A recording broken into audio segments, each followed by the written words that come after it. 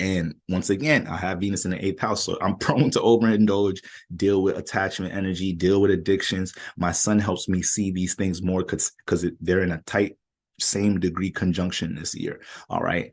So um that's what's going on with that. Now the moon placement. The moon is going to, in the solar return chart, the moon is going to indicate where my emotional needs are this year. All right. It's going to indicate the sign.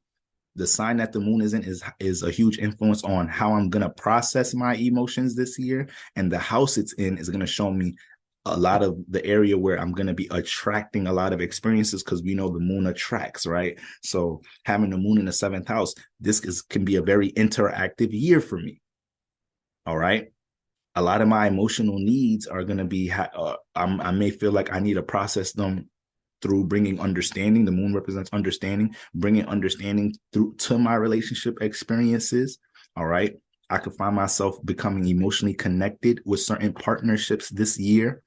And then it's in Virgo. All right. So I can be real critical of my emotional well-being in relationships. So if I'm dealing with somebody in an intimate way, I can find myself being overly critical of the situation and having it be a little hard to flow, because we know Virgo is a very practical, detail-oriented, analytical sign. So when you have the moon in Virgo, you're highly analytical when it comes into your emotions. But because my moon is in the seventh house, I'm going to be really analytical about my emotional connections with people in the world. All right. With the potential that I'm dealing with connecting to somebody. So I could find myself, dealing with the potential of connecting with somebody, getting to know somebody.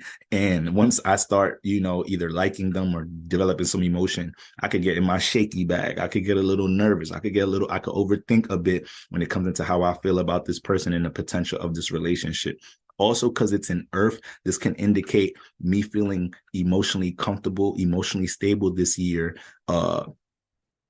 stabilizing, maintaining, building, Earth building, new business partnerships in this age of 29, right? Building more relationships that help support the things that I'm working on, Virgo, working on.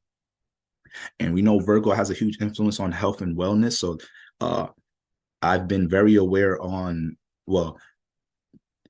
intuitively aware, intuitively picking up on how my relationship activity this year affects my mental health. All right. Am I feeling overwhelmed, with relationship activities? That is my relationship activity and my partnerships jacking up my nervous system? Or am I dealing with people that bring some sense of stability towards how I deal with my emotional well-being? These are the things that I'm going to be having to process to feel emotionally comfortable in some type of shape or form with my moon in Virgo in the seventh house. All right. So keep that in mind. Wherever that moon placement is when it comes into your solar return chart, huge influence on your emotional needs that year. Energies in an area, energy, the sign, area of the house that you're going to have to be stabilizing, understanding, and most importantly, responding and reacting to. So I could tell you right now, guys, with the moon in the seventh house, especially being in Virgo, it is so easy. And my birthday was, y'all know I'm a Libra Scorpio cut. So my birthday was in the fall, towards the end of October, right? October 21st. So I'm already October, November, December, January. I'm about 4 months in. And because Virgo deals with order, structure, schedule, regiment, but my moon is in the seventh house that deals with interaction, right? I already see how me having a lack, especially with me dealing with clients, readings, bookings, I can already see how I have a small margin for error for not being organized and structured with my interactions and my ability to relate with others. Okay, so this is something I have to understand this year.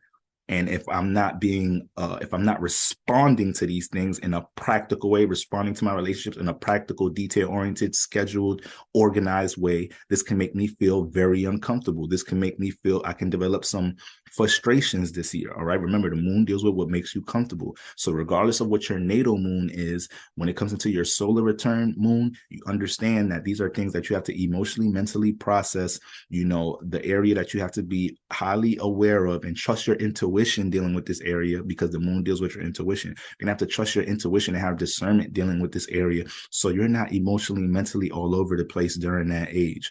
Okay.